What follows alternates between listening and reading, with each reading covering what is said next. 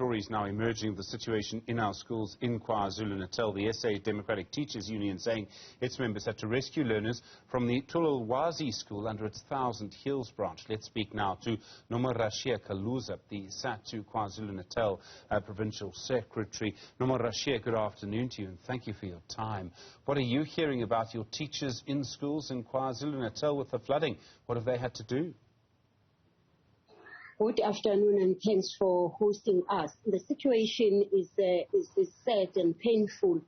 As you have seen our statement, teachers and learners had to sleep at school because of the situation, as no one was having the resources to rescue them from or away from the school because of the devastating rains that we are experiencing in the province. Schools have been affected, but in that school, Tulilwazi High School, under Pinetown District, we have teachers and learners experiencing trauma. They are so devastated as we speak, and at some point we lost contact with them. But I can report that just now, as I'm talking to you, I'm at Virginia Airport, where we are receiving our teachers and learners from school, as there has been a chopper secured by the Department of Education, and we are impressed really by the working together of the different departments, of government departments, as we have the Department of Health, the Department of Education, and the Department of Community Liaison working together and trying to rescue the situation. But what we are also observing is that our teachers are shocked, our teachers are traumatized, so as our learners. And as such, we have engaged the Department of Health to also assist in arranging the counseling services. And as I'm busy with this interview, I'm aware that outside there's that session of counseling that will be taking place soon.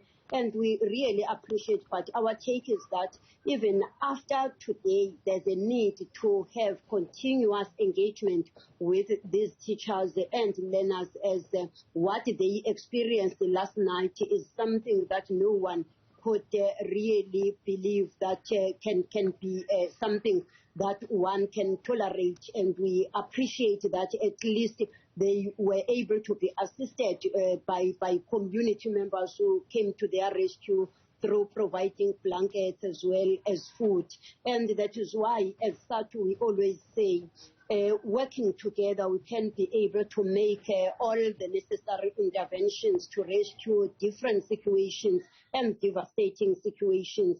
But the rains, as you have correctly put it, they are so heavy, and we are aware, we are also collecting information from our branches. Right now, the information we have is that we have more than 500 schools affected. Even if this rain comes to an end, we are scared because we know that it will take time for other schools to come back to their normality or to go back to their normality, as a lot has to be done in terms of attending to the infrastructure. But also government departments have to attend to the infrastructure to schools, because the main issue that led to the situation that we are currently dealing with is the issue of the bridges that were washed away yesterday and last night, and as a result, teachers could not cross over, so as the learners. So we're calling upon all people in powers to work together and ensure that there's investment in infrastructure, so as to assist schools and prioritize schools so that there can be no disruptions in our schools. Nomarashiya Caluza, ma'am, I really appreciate the time. Thank you very much indeed for giving us the view of Sadtu in KwaZulu-Natal, the Provincial Secretary of the South African Democratic Teachers Union in KwaZulu-Natal Secretariat. In a moment.